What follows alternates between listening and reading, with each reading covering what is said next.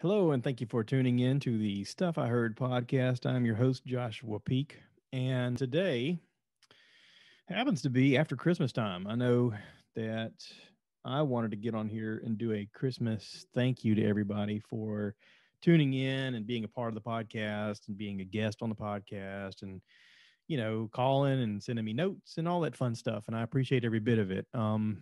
This has been an interesting year to say the least, and I'm going to do a year end wrap up in the coming week because we are finishing out what most people would consider the worst year of their life, me included. Now, I said that to also say this. There's been a lot of good things that have happened this year. Um, I've really I've had time to reflect and think about how blessed I am in so many ways. And I'll talk more about that as the week comes, but a lot of people want to say that 2020 was the worst year ever, and in some respects, they're correct, but maybe not. There's always a silver lining. So I'm going to talk about that, but first, I want to talk about stuff I heard, okay? Because that's what the podcast is. So many of you know that I listen to Two Bears, One Cave, and I've been watching them on YouTube since I'm not out and about. I don't get to listen to podcasts that much now. I tend to watch them more than anything. Um, I've been listening to Two Bears, One Cave, and Bert and Tom are buddies, and they're both stand up comedians. And they had a physical challenge with each other to play tennis. And in that tennis match, they found out that Bert is a really good server, but they both kind of suck at tennis. I mean, they're good enough to play each other, but that's about it. Bert won. So they wanted to come up with a new challenge. So they came up with basketball. And there's videos that are online now of them playing basketball against a legitimate basketball player, 2-on-1. And this guy's just wearing them out.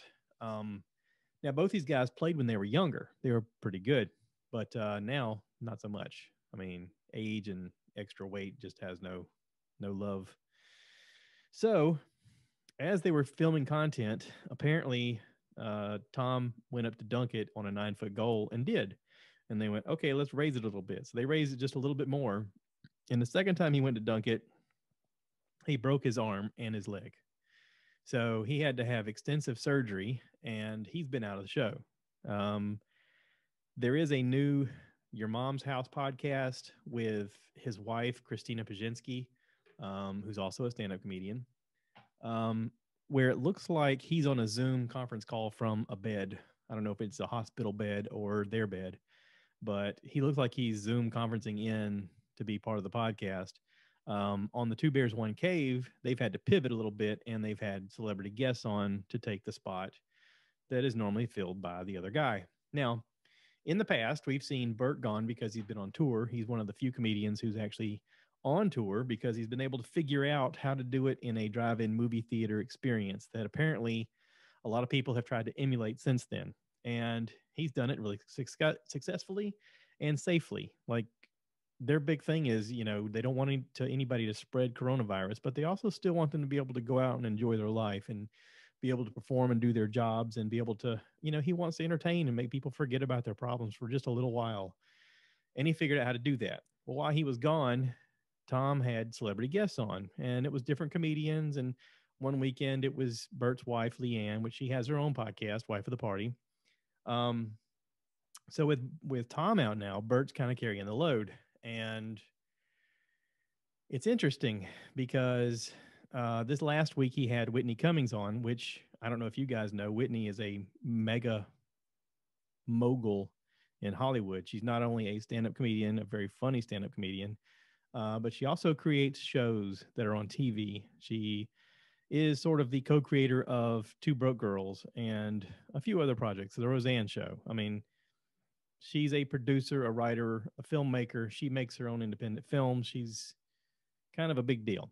And she has her own podcast, Good For You, which is largely thanks to Bert. I mean, Bert kept telling her over and over again, you should be doing a podcast. You would kill it. As much as you like being on podcasts and talking to people, you're missing out. And so she sort of did from that. And I've talked about her podcast on here a good bit. Well, the problem is the fans of Two Bears, One Cave are not Whitney fans. A lot of the fans of Bert are not Whitney fans. I am. I enjoy her. This podcast was tough to listen to because Bert's all over the map, and both of them have ADD or ADHD or both. They're both all over the map, and neither one of them's reining the other one in. And so it's a bit chaotic for a lot of it. Whitney has tried to sort of, take up the slack where is needed. With Joe Rogan gone, I mean, she can sort of pivot and become the female Joe Rogan in Los Angeles. She has a compound of a house. She apparently has the money to buy up the houses next to her and is doing so, and has people live with her, and they're sort of, creating and enjoying creating in a space where they're safe. And she's been able to do podcasts with Zoom. She's been able to test people when they come in, just like Joe did. And she is a draw. I mean, she's a powerhouse. So she came on. She did Two Bears, One Cave. It was great. I enjoyed it. It was way longer than it normally is because normally Tom regulates that they want to do right at about an hour and 15. And then he's like, all right, that's it. And Bert's like, wait, we didn't even talk about something. He goes, next time. He's like, oh, yeah. So without Tom there to rein it in, kind of Bert's left to his own devices. And this week he's got Drew Pinsky on. Now I haven't seen this week's episode. It just popped up on my feed today, and I'm like, ooh, that's going to be good because they're good together. Drew is a podcaster. You guys know Dr. Drew. He's been on your television, your internet, your radio. He did Loveline. He did a lot of other things. He has Dr. Drew After Dark. He still does the Adam and Dr. Drew show with Adam Carolla. And he has his own show, Dr. Drew, whatever. Just Google Dr. Drew. You're going to find 10 different podcasts that he's actively doing, along with a dozen other that he's done as a guest. Very smart guy. He just wants to help people, and he also is entertaining. So he's a guest, and I'm looking forward to that. I haven't seen it yet, but I'm looking forward to it. I've been looking for Joe, though, because Joe's gone from regular podcast sources. Like, I can't download Joe like I used to now that he signed this Spotify deal. And Spotify is not easy to work. I don't know what your experience with Spotify, but I've not had a good experience so far. I signed up for Spotify and went to use my password and my name that I created on my phone, and it goes, sorry, I don't know what that is. And I was like, I just created it on my laptop. How can you not know what it is on my phone? So I had to create a new password. Then it wouldn't work on my laptop. And then I went to watch it on my on my Fire Stick for the TV. It didn't know what it was either. I had to go back and rechange the password a third time. And I was like, this is so stupid. This whole network, the way you guys are running this is awful. And then once I get it up and running, I can't watch the video. Like, there's no video function for a Fire Stick. You can watch it on a laptop or your phone, maybe. I can't figure out how to get it on my phone.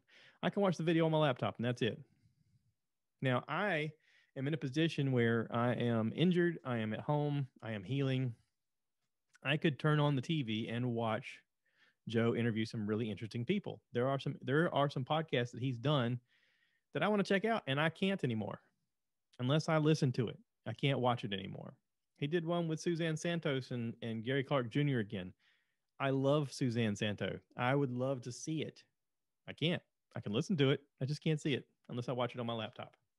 And to watch it on my laptop, I got to be in here. I mean, why can't I put it on my TV? Why is Spotify so crappy? I mean, they spent all this money to have Joe on, and I can't even consume his content anymore. Now, thankfully, YouTube has clips of the show, and I've been watching clips of the show. He's got the whatever channel it is that's just small clippets of the show, and it's sort of a genius idea.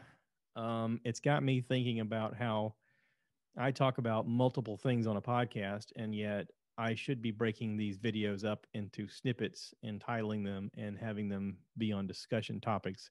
And that way somebody doesn't have to listen to 2 hours of me yapping to find something that they're interested in. But that's just a lot of extra stuff to do. I don't know if you guys understand the production on that, but it takes a lot more. It takes an engineer, and I'm not an engineer.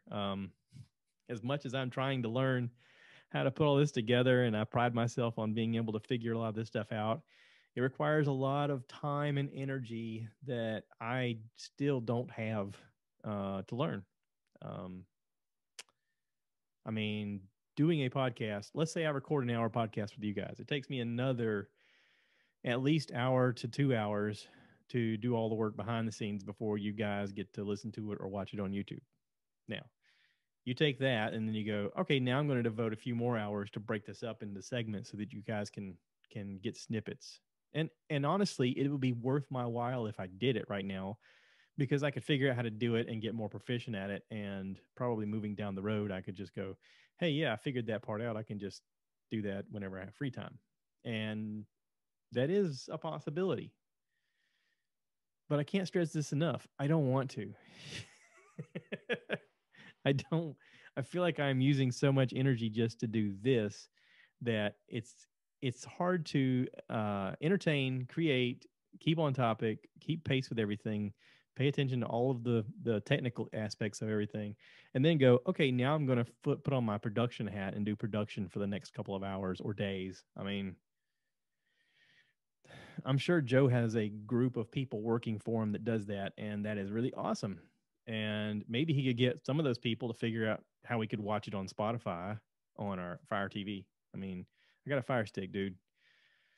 If anybody out there's figured this part out, how about reach out to me and let me know what I'm doing wrong, because I'm a pretty smart guy and I've done a lot of research and I still can't get it to work on my TV.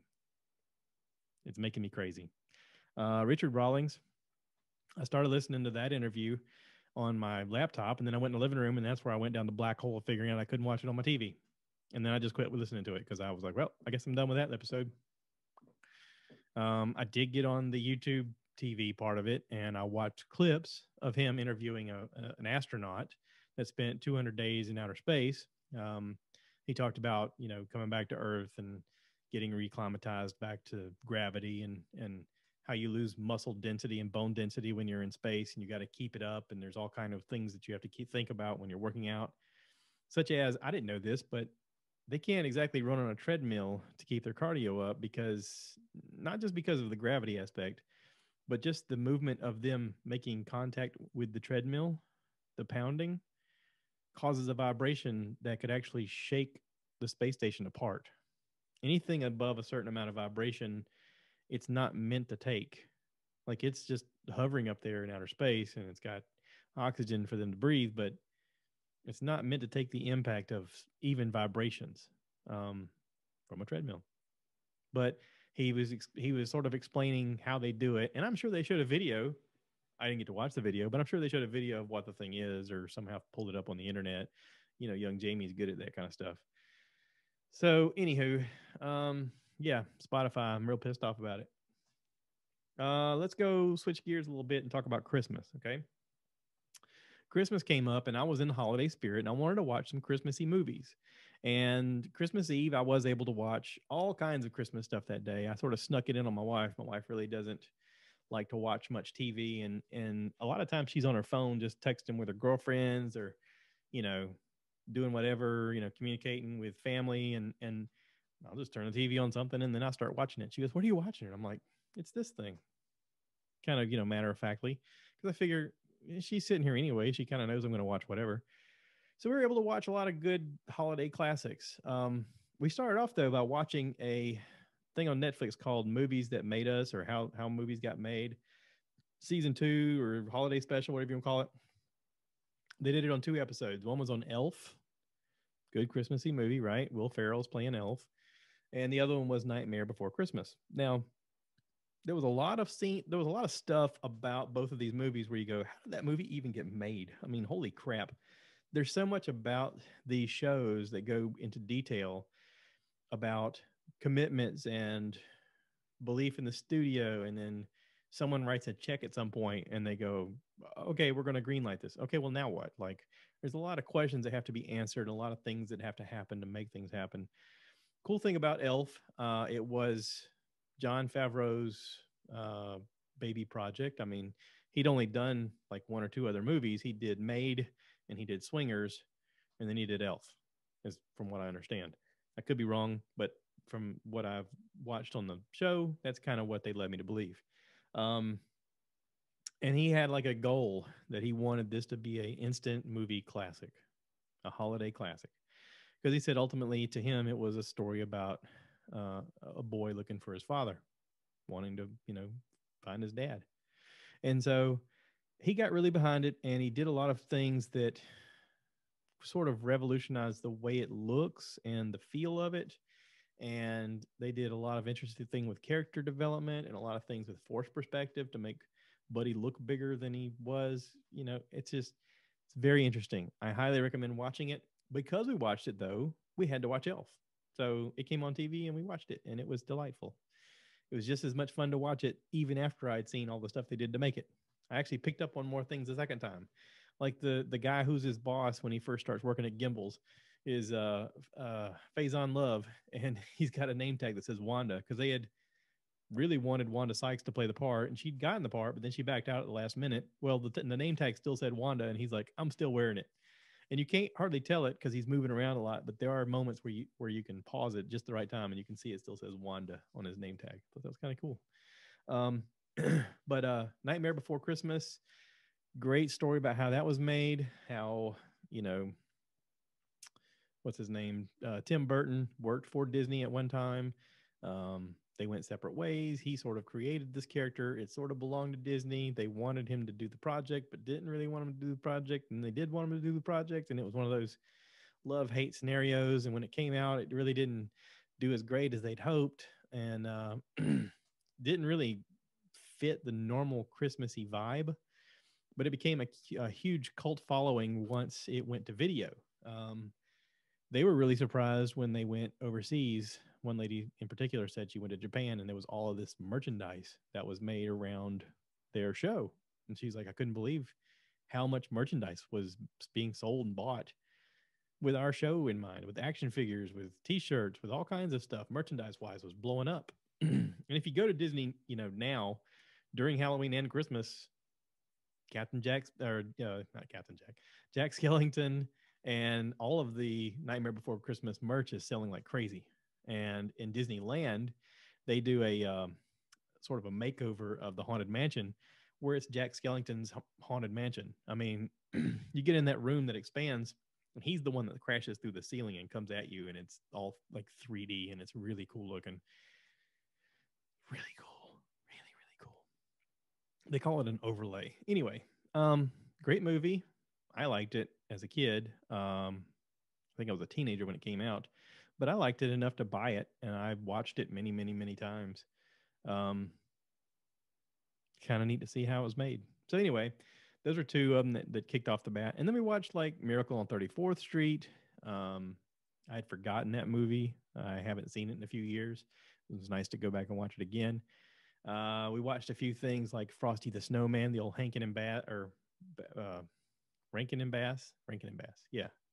Rankin and Bass. Anyway, I'm messing up the name. Sorry. I would have written it down if I knew I was going to talk about it, but I often don't know what I'm going to talk about. So here you go. You're getting the ADD version of Josh. Rankin and Bass or something like that. They made that stop motion sort of filming style. That's kind of what inspired the movie Elf and the way they shot it. Favreau even said, I wanted to look like their old style stuff for part of this. So they did. Then I watched Frosty the Snowman. I mean, there's all kind of cool little stuff to watch. Yeah, the Grinch. We watched the new version with Benedict Cumberbatch playing the Grinch, and then we watched the old original. I can't remember the guy's name, but you know what I'm talking about. The little 20-minute cartoon. Yeah, cute, very cute. That one, the first one tends to go more with the book. The second one was kind of creative licensing, I guess you'd call it. Both of them great. So with that, we kind of rolled it back into Netflix, and I said, hey, I want to watch this. And I just started playing it because I figured if it sucks, I'll just turn it off. And if it's great, then great. We watched a cool movie, and it was great. It's called Holidate. It's a romantic comedy. It's silly. The main character, her name is Emma Roberts. It's Julia Roberts' niece, her brother's daughter. And she looks a lot like Julia did when she was younger. I don't know how old she is. I didn't Google it or anything like that. But basically, the premise of the show is she keeps showing up for Christmas and New Year's and all this stuff with her family, and they keep trying to set her up on dates, and they're all like, oh, you should meet a man. You need a man. You need a man. And she's like, oh, geez, I don't want to go through this pressure. Meanwhile, her aunt is like dating random guy she brings, and she tells her, "Yeah, I'm just picked up this Holiday. I picked him up at the mall. We just agreed we're going to go out and have a good time, and then when it's over, he's over. No commitment." So she sort of bumps into this guy who's, I think, Australian. He's got an accent, and he's kind of the handsome guy. They have the meet cute moment where they both talk about, I'm sick and tired of this, I'm sick and tired of that, and I just need a holiday. And they start being each other's holiday. And you can see the writing on the wall. They even address it during the movie of, every time you watch these movies, they're so predictable. And they sort of poke fun at Notting Hill. And she goes, I mean, I love it and all, but I mean, it's going to happen. They end up together. It's going to happen. And it's sort of the movie making fun of the movie they're in. So I thought that was kind of a cute nod, and I don't know if most people would have gotten that little bit of humor, but I enjoyed the movie. It was very good. It was very funny, and it's got that feel good moment at the end where you go, "Aw." So anyway,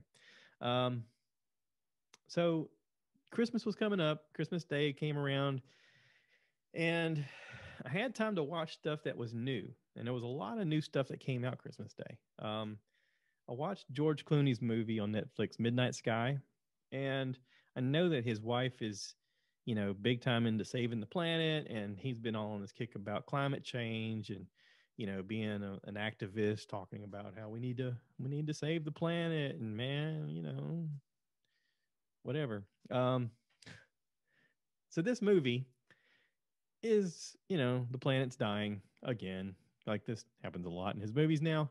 The planet's dying, and he's got to do something about it, but he can't, because he apparently in this movie he's got cancer. So he's like, there's a flashback scene where he is the person who discovers some planet that's a moon off of Jupiter that we'd never seen before that may be able to sustain life. So they have this plan to go there, and then they flash forward, and he's dying of cancer, and he's like, "You guys go on without me. I'll stay here." And like he's manning some observatory in the Arctic Circle. He's by himself until he's not. There's suddenly some little girl there that he's having to talk to, and she doesn't say anything, but he talks to her, and it's really weird. And there's something that's happening with radiation on the planet. They don't explain a lot. They just sort of lead you to believe that something has happened, and now the Earth is dying, and this radiation is killing everybody, and it's spreading rapidly, and most of the human race is on this ship that's going off to check out to see if you can live on this planet, and they're making a return path back because they went and checked it out, and it looks like it's all good. So they're coming back to the planet. Meanwhile, he's trying to make communication with them and tell them, "Don't come back. Like don't land. Go back. Just go. Save yourself." That's kind of the premise of the movie. And I watched it and I went, okay, on one hand, this is a good movie because it's shot well, it's done well, you kind of understand it. But then in another sense, it's not good because I don't know that I ever want to watch it again. And I mean, do we judge movies on whether or not we're going to watch it more than once? I mean, if there was a prize for a cool movie that I'm never going to watch again, it just won that prize for 2020. Cool movie, never going to watch it again. Good job. If that's what they were going for, man, they landed it.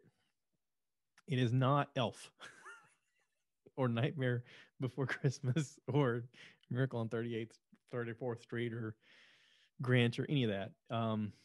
Yeah, no. I mean, don't get me wrong. I liked him in this role. I liked him being an older guy. I liked him looking rough. Apparently, he got really, really sick filming this thing and lost a crap ton of weight. Got his pancreas infected and just had a really rough go of it. And he looks rough in it, but it's a good look. I mean, don't get me wrong. You never forget you're looking at George Clooney. He's no Tom Hanks. I mean, Tom Hanks is so good. He makes you forget that it's Tom Hanks. I mean, when he's on the island in Castaway, he makes you believe that the stupid volleyball is Wilson when it floats away and he's crying. And he's like, "Wilson!" And you're like, "I can't believe Wilson's flowing away." And you're like, "Wait, it's not real?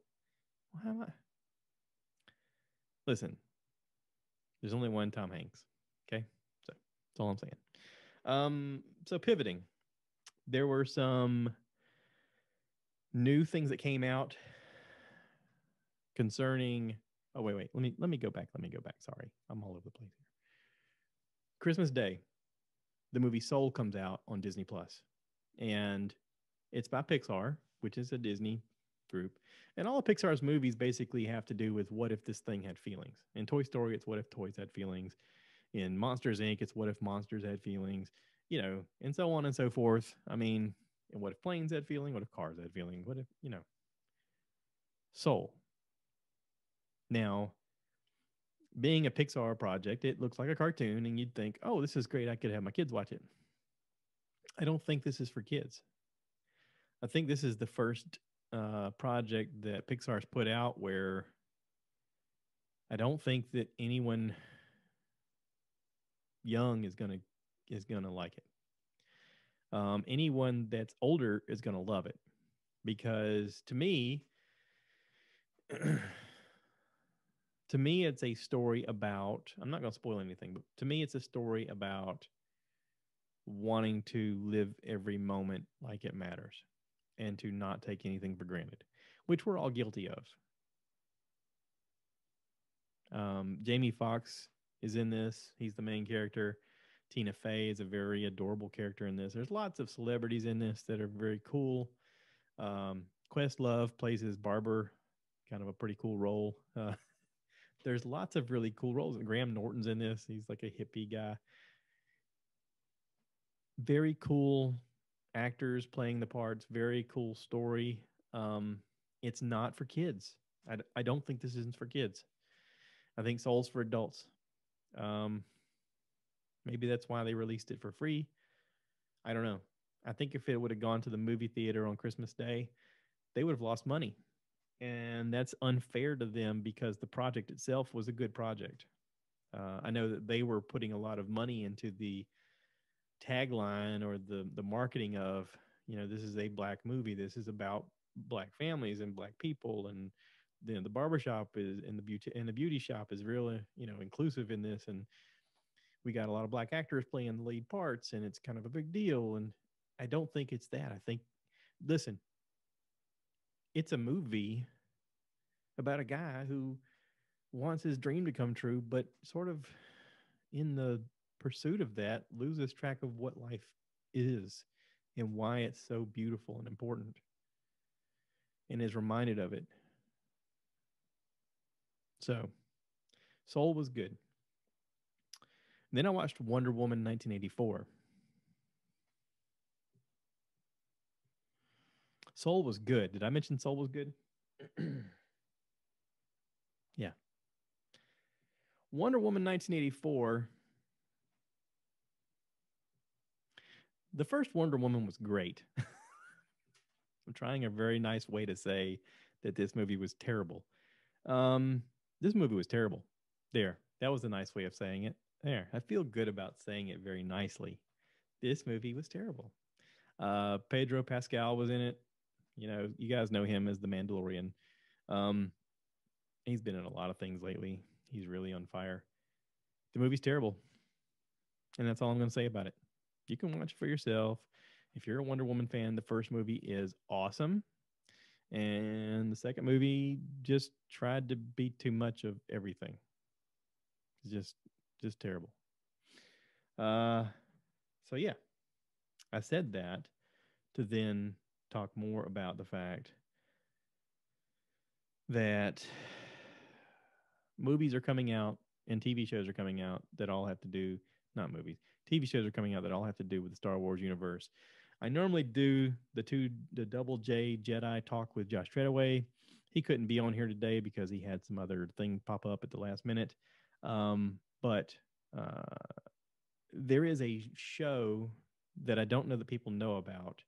It's on Disney Plus. It's called Gallery, and it's the behind the scenes making of The Mandalorian. In the first season of Gallery, they do, I think, 8 episodes that are in between 20 and 40 minutes long, where they talk about the directors, the actors, the stunt work, the technology, the production, the story writing, all kinds of stuff like that. And to me, the only one that's worth watching is the 4th episode, which has to do with technology. It has to do with the fact that they've created this room that is floor to ceiling television screens and then around, and it has a video game engine that runs the video that you see so that a lot of the scenes that you think you're watching where they're doing stuff is all filmed inside of this room. It's really fascinating to learn about. For me, I mean, I'm a production guy. I really enjoy the how the sausage was made kind of idea, especially when it comes to really cool stuff that you see and hear and stuff like that. Season 2 of the gallery is just one episode. It's like an hour and 8 minutes, and it's great because you get to listen to them talk about how they came up with season 2, the actors, the interaction between creating some of these characters that you got to see, the discussion of having Grogu have a name, Ahsoka Tano entering the Star Wars universe and getting her own spinoff show, Boba Fett coming in, having his own spinoff show come from it. Um, you know, Luke Skywalker making an appearance at the last episode, big deal. There's going to be a spinoff show including him. And with all that, with watching that, I got into a deep dive on YouTube. There are several YouTube pages out there that are really doing a very in-depth look at what's coming up. One in particular, Star Wars Meg, MEG.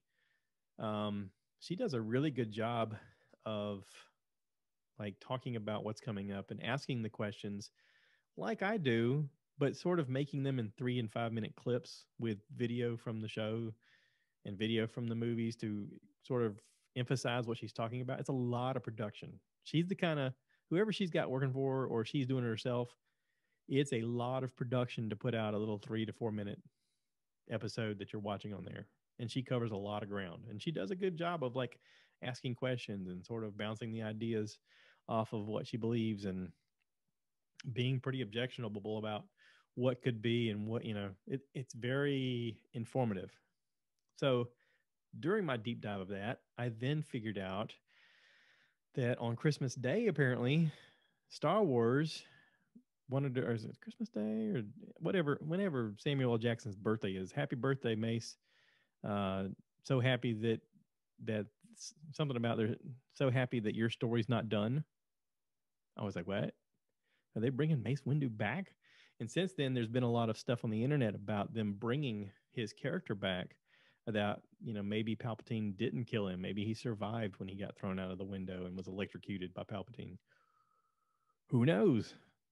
But there's a lot of fan art out there with him with like a sizzled looking face and like an eye that's glowing purple like his lightsaber, and him with a full beard. And I'm like, ooh, that looks cool. That really looks cool. There's also been announced that Hayden Christensen is going to come back as Darth Vader. There was a lot of discussion apparently from him about the fact that no one's going to see my face. They're not even going to hear my voice because it's going to be James Earl Jones's voice. Apparently they've had James Earl Jones in the studio for a long time, having him record a bunch of audio so that they could use countless amounts of him saying whatever digitally, just in case something happens to him. Anyway, so that's going on. Also, I read online that during the first movie, they paid James Earl Jones $7,500 to record all of his lines in 2 days. I guess they didn't know they were going to have such a hit, or he didn't know they were going to have such a hit. Just think of how different Star Wars would be if they'd have just left the original actor's voice. Because he didn't sound like he does. I mean, that voice has kind of made the movie. Think about it. Anyway, but Hayden Christensen is the guy. I mean, he's got the movements, he's got the body, he's the height, he is the actor. And they're going to do probably they sort of hinted that they're going to do some flashback stuff with him in the Obi-Wan series, where you get to see him as he was younger. So maybe that's the workaround. I don't know. Maybe they'll do some earlier stuff where he was teaching Ahsoka Tano. That would be cool. That would be really cool. Anyway, I'm getting ahead of myself. I know that this podcast is entertainment for a lot of people, and I know that at times you wish it was something else, and so do I. But I'm not sure what that is. So I'd like to extend an invitation. If anybody out there wants to be part of the podcast, if you want to talk about something, let me know. I don't mind doing some research. I don't mind watching some stuff.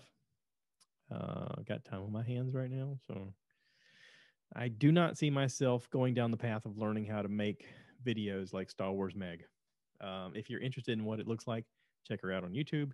Very cool. Somehow she's able to screen grab all kinds of shots from the show and just talk over it like an overlay.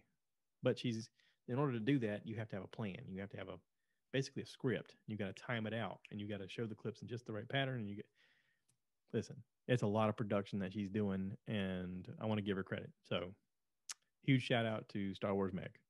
And that's it. If you want to be part of this podcast, let me know. Reach out to me. Say, hey, I want to be on. Let's talk about this. Okay. I can pretty much talk to anybody. Hey, I can talk to myself.